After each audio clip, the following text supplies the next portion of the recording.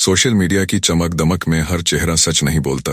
आज एक ऐसी कहानी सामने है जो सिर्फ सवाल नहीं उठाती बल्कि मन को झकझोर देती है। क्या ये सब महज इत्तेफाक है या किसी गहरे षड्यंत्र की परतें?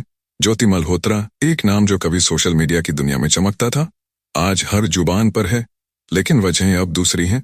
उनके इर्द गिर्द सवालों का तूफान है और जवाबों की तलाश में हर कोई बेचैन। आइए इस कहानी को और गहराई से समझें, जैसे ये कोई अनकहा संदेश हो जो हमें सतर्क होने की चेतावनी दे रहा है। ज्योति मल्होत्रा एक साधारण सी दिखने वाली इन्फ्लुएंसर जिनके 3 लाख फॉलोअर्स थे। उनके वीडियो में जिंदा दिली थी, बातों में रवानी थी, लेकिन अब वही ज्योति सवालों के घेरे में है। कहानी की शुरुआत होती है जनवरी से, जब कश्मीर की पहलगाम वादी सर्दियों की चादर में लिपटी थी। पर्यटक नदारद, वादियां सुनसान। ऐसे में ज्योति वहां क्या कर रही थी? क्या वो सिर्फ प्रकृति की खूबसूरती कैद करने आई थी, जैसा वो दावा करती थी, या फिर कुछ और था जो हमारी नजरों से छिपा रहा? फिर आता है मार्च का महीना। ज्योति पाकिस्तान की यात्रा पर थी। एक बार नहीं, बल्कि 2 साल में 3 बार वो इस मुल्क का वीजा हासिल कर चुकी थी। एक साधारण इन्फ्लुएंसर के लिए ये कितना आसान है। पहली बार शायद जिज्ञासा, दूसरी बार शायद जिज्ञासा, दूसरी बार ये सवाल अपने आप में एक रहस्य है। और अगर ये सब संयोग था, तो फिर पाकिस्तान में उनकी मुलाकात मरियम नवाज जैसे बड़े नाम से कैसे हुई?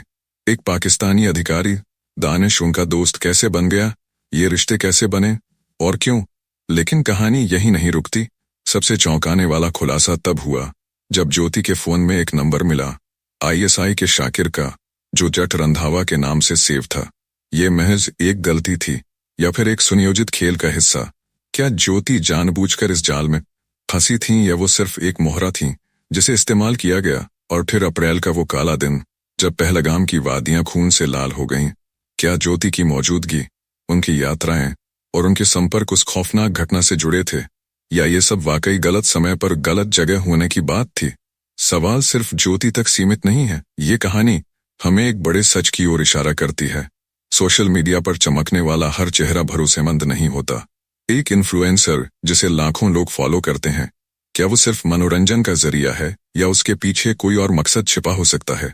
ज्योति की कहानी हमें ये सोचने पर मजबूर करती है कि क्या हम वाकई उन लोगों को जानते हैं जिन्हें हम अपनी स्क्रीन पर हर दिन देखते हैं? प्रशासन की बात माने तो सबूत साफ है। ज्योति पर गंभीर इल्जाम है, देशद्रोह, जासूसी और राष्ट्रीय सुरक्षा के खिलाफ अपराध। उनके फोन, लैपटॉप और बैंक खातों की जांच चल रही है। कहा जा रहा है कि उनके वीडियो पड़ोसी मुल्क में खूब चमक रहे थे। क्या ये सब पैसे के लिए था, प्यार की आड़ में हुआ, या फिर किसी दबाव का नतीजा? लोग गुस्से में हैं। वो चाहते हैं कि सजा ऐसी हो जो मिसाल बने। लेकिन सवाल ये भी है कि क्या ज्योति अकेली थी, या उनके पीछे कोई बड़ा नेटवर्क काम कर रहा था? ये कहानी सिर्फ ज्योति मल्होत्रा की नहीं है। ये एक चेतावनी है, एक आगाह। सोशल मीडिया की दुनिया में हर चमक सच नहीं होती। आपके पसंदीदा इन्फ्लुएंसर, एंकर या सितारे, क्या उनके इरादे वाकई वही हैं जो दिखते हैं? ये वक्त है सतर्क होने का, सवाल पूछने का और सच को परखने का। ज्योति मल्होत्रा इस वक्त पुलिस हिरासत में है। सुरक्षा एजेंसियां उनसे पूछताछ कर रही हैं, लेकिन हर नया खुलासा नए सवाल खड़े कर रहा है। क्या यह सब संयोगों का एक सिलसिला है, या फिर पहलगाम नरसंहार में आतंकवादियों को रास्ता दिखाने की साजिश का हिस्सा? लोग पूछ रहे हैं, क्या ज्योति पैसों के लिए बिकी, प्यार में फंसी, या फिर दोनों? उनकी लाइफस्टाइल देखकर हर कोई हैरान है। हिंदुस्तान से लेकर चीन तक, भारत के संवेदनशील इलाकों में घूमना, पाकिस्तान में मौज मस्ती, यह सब कैसे मुमकिन है? क्या उनके पास कोई तगड़ा जुगाड़ है, या फिर कुछ और? पहलगाम का सवाल सबसे बड़ा है।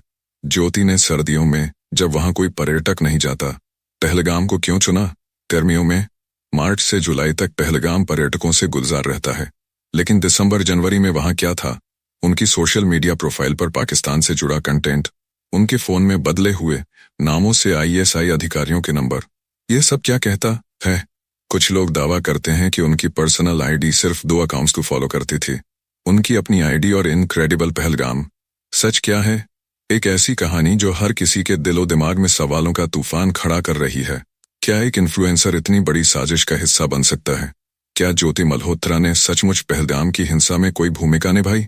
जवाब इतना आसान नहीं, लेकिन एक बात तो साफ है, यह सिर्फ इत्तेफाकों की कहानी नहीं, यह एक ऐसी पहेली है जो हर मोड़ पर नए सवाल छोड़ रही है। क्या यह सब सुनियोजित था, या फिर महज एक संयोग? सच्चाई का पता तो वक्त ही लगाएगा, लेकिन अभी यह सवाल हर जुबान पर है। ज्योति की कहानी किसी फिल्मी स्क्रिप्ट से कम नहीं। एक ऐसी लड़की जो हरियाणा के मुख्यमंत्री से मिलने में नाकाम रही, लेकिन पंजाब की पहली महिला मुख्यमंत्री के साथ कंधे से कंधा मिलाकर खड़ी थी।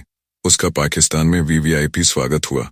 वह चीन गई, बांग्लादेश घूमी और भारत के हर संवेदनशील इलाके में उसकी मौजूदगी दर्ज हुई।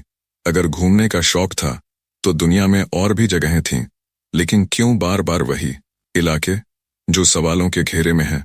और फिर लव जिहाद और रिश्तों की बातें जिनमें अय्याशी का जिक्र भी सामने आ रहा है। दिसंबर 2024 और जनवरी 2025 में ज्योति ने पहलगाम का दौरा किया। सर्दियों में वहां लोग गायब हो जाते हैं, लेकिन अप्रैल 2025 में जो घटनाक्रम हुआ उसने पूरे देश को हिलाकर रख दिया। ठीक उससे पहले मार्च 2025 में ज्योति पाकिस्तान में थी। जब ये बात सामने आई कि उसके तार आईएसआई से जुड़े हो सकते हैं, तो सवाल उठा, क्या उसने पहलगाम की सुरक्षा, सैन्य ठिकानों या रास्तों की जानकारी लीक की? यह कोई छोटी बात नहीं। जांच एजेंसियां उसके मोबाइल, लैपटॉप और रिश्तों की हर कड़ी को खंगाल रही हैं।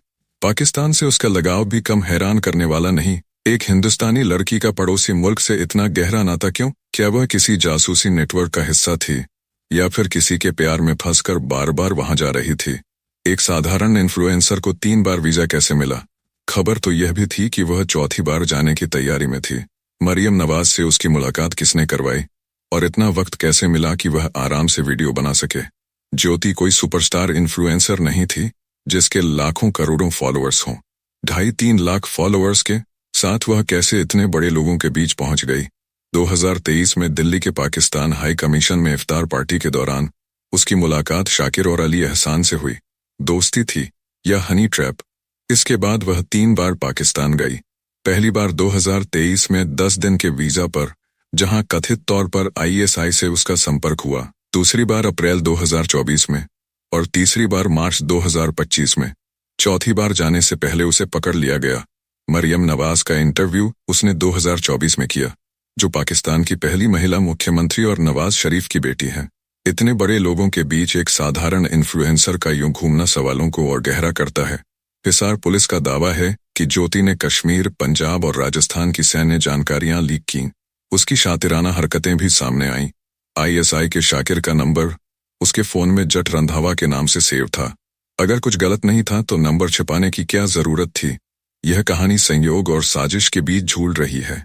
पाकिस्तान और पहलगाम का कनेक्शन शक की आग में घी डाल रहा है। क्या यह सब एक सुनियोजित खेल था, या फिर एक ऐसी सच्चाई जो अभी पर्दे के पीछे छिपी है? सवाल अनगिनत हैं और जवाब की तलाश में हर कोई है। ज्योति का सफर भी कम हैरान करने वाला नहीं। चीन, बांग्लादेश, वह बार बार इन देशों में क्यों जा रही थी? उसका पाकिस्तान से रिश्ता साफ था। पैसे का था, मोहब्बत का था, या कुछ और? यह तो सुरक्षा एजेंसियां ही बता पाएंगी। लेकिन जो भी था वह भारत के खिलाफ जा रहा था। और अब एक बड़ा सवाल उभरता है, इन्फ्लुएंसर्स कैसे बन जाते हैं इसी के मोहरे? आज हम इसे गहराई से समझते हैं। ज्योति जैसे इन्फ्लुएंसर्स कैसे इसी के लिए हथियार बन सकते हैं? क्या आपका पसंदीदा ब्लॉगर जिसे आप फॉलो करते हैं एक जासूस हो सकता है? यह सवाल हर किसी के मन में कौंध रहा है। ज्योति जैसे इन्फ्लुएंसर्स आईसी के लिए सोने की खान की तरह है। कैसे? चलिए इसे समझते हैं। जियो टैग्ड कंटेंट, यह नाम सुना है। यह नक्शे में छिपा एक खतरनाक जहर है। जब कोई इन्फ्लुएंसर सैन्य ठिकानों, सड़कों, पुलों, हवाई अड्डों या सेना के आसपास की जगहों पर वीडियो बनाता है और उसमें लोकेशन टैग करता है, तो ये जानकारी इसी जैसे संगठनों के लिए खजाना बन जाती है। इतिहास इसका गवाह है। 2010 के आसपास जब फेसबुक पर लोग अपनी लोकेशन टैग करते थे, तब अमेरिकी और इजरायली सेनाओं के ठिकानों की जानकारियां लीक हुई थीं। 2018 में स्ट्रावा ऐप के जियो टैग्ड डेटा ने अफगानिस्तान में अमेरिकी सैन्य ठिकानों को उजागर कर दिया था, क्योंकि सैनिकों की फिटनेस ट्रैकर घड़ियों ने उनकी लोकेशन लीक कर दी थी। अब बात ज्योति की। अगर उसने पहलगाम में सैन्य चौकियों, रास्तों या सुरक्षा व्यवस्था के पास जियो टैग्ड वीडियो बनाए, तो इसी को उस इलाके की हर छोटी बड़ी जानकारी मिल गई होगी। इन्फ्लुएंसर्स पर शक करना मुश्किल होता है। उनके रिश्ते नेताओं, अधिकारियों, सैन्य कर्मियों से होते हैं। वे ऐसी संवेदनशील जगहों पर पहुंच जाते हैं जहां आम आदमी का जाना नामुमकिन है। सबको प्रचार चाहिए और इन्फ्लुएंसर्स इसका फायदा उठाते हैं। क्या ज्योति ने कश्मीर में किसी सैन्य अधिकारी से निजी बातचीत की? क्या उसने कोई ऐसी जानकारी ली जो उसने आगे पहुंचा दी? यह मुमकिन है, इन्फ्लुएंसर्स का नेटवर्किंग का दायरा भी कम खतरनाक नहीं। मान लीजिए ज्योति ने कश्मीर में किसी सैन्य अधिकारी से ऑफ द रिकॉर्ड बात की और वह जानकारी उसने इसी तक पहुंचा दी, या फिर किसी सैन्य अधिकारी के साथ डिनर पर बातचीत हुई। धीरे धीरे कैजुअल बातों में तैयारियां, सुरक्षा व्यवस्था या अन्य संवेदनशील जानकारी लीक हो गई। कई बार लोग सोचते हैं, अरे यह तो अपने ही देश की बात है, कोई खतरा नहीं। और अगर सामने कोई आकर्षक शख्स हो तो लोग और खुलकर बोलने लगते हैं। यही छोटी छोटी बातें बड़े खतरे का रूप ले लेती हैं। यह कहानी सिर्फ ज्योति की नहीं, बल्कि एक बड़े सच की है। सोशल मीडिया का यह दौर, जहां हर कोई अपनी जिंदगी को दुनिया के सामने रख रहा है, एक अनजाना खतरा भी साथ लाया है। क्या हमारी अपनी आदतें, हमारा भरोसा कहीं हमें कमजोर तो नहीं बना रहा? सवाल वही है, क्या आपका फेवरेट इन्फ्लुएंसर वाकई वही है जो वह दिखता है? लोग अब पहले की तरह नहीं सोचते। यहीं से सारा खेल शुरू होता है। भारत में इन्फ्लुएंसर्स का जादू कुछ ऐसा है कि लोग उन पर आंख मूंद कर भरोसा कर लेते हैं। उनकी हर पोस्ट, हर राय को सच मान लेते हैं। कोई शक नहीं करता कि इसके पीछे कोई और मकसद हो सकता है। जैसे एक इन्फ्लुएंसर थी जो पाकिस्तान की सैर करती थी। वहां की संस्कृति, वहां का माहौल, सब कुछ इतने प्यार से दिखाती थी कि देखने वाले मंत्रमुग्ध हो जाते। लेकिन क्या यह सिर्फ संस्कृति की बात थी? नहीं, यह एक जाल था जो धीरे धीरे बुना जा रहा था। वहां की तस्वीरें, वहां के लोगों की खुशी, यह सब दिखाने का एक तरीका था। एक ऐसा तरीका जो मन में भ्रम पैदा करता था। जासूसी का यह नया चेहरा अब पुराने ढर्रे का नहीं रहा। अब न कोई गोपनीय दस्तावेज चुराए जाते हैं, न कोई फाइलें इधर उधर की जाती हैं। अब जासूसी डिजिटल दुनिया का खेल बन चुकी है, और सोशल मीडिया इसका सबसे बड़ा हथियार। इन्फ्लुएंसर्स इसमें मोहरे हैं जिन पर लोग भरोसा करते हैं। एक छोटी सी जानकारी, जैसे किसी जगह का जिक्र, किसी पुल की तस्वीर या सेना की मौजूदगी का एक वीडियो, यह सब कितना खतरनाक हो सकता है, इसका अंदाजा शायद हमें नहीं। उदाहरण लीजिए, मान लीजिए कोई इन्फ्लुएंसर एक खूबसूरत वादी की वीडियो बनाता है। कहता है, देखिए कितना सुंदर पुल है, कितनी शानदार वादियां हैं, और वहां हमारी सेना तैनात है। बस इतनी सी जानकारी, लेकिन अगर उस जगह की लोकेशन टैग कर दी जाए तो यह जानकारी दुश्मन के लिए सोने की खान बन सकती है। यह कोई काल्पनिक बात नहीं। एक इन्फ्लुएंसर जिसका नाम ज्योति मल्होत्रा था, ऐसी ही गतिविधियों में पकड़ी गई।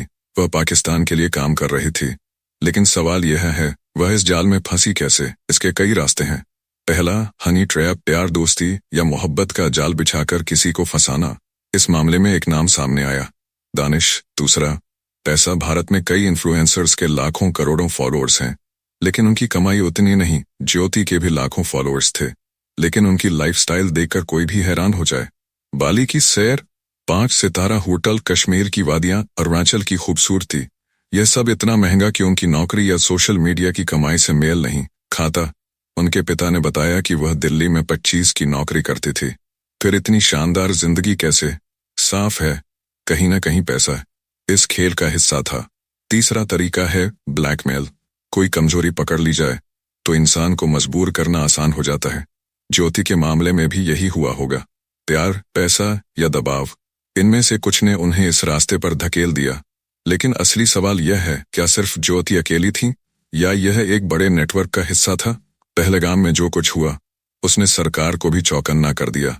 लेकिन क्या वहां भी उनकी कोई भूमिका थी? यह कहानी हमें एक सबक देती है।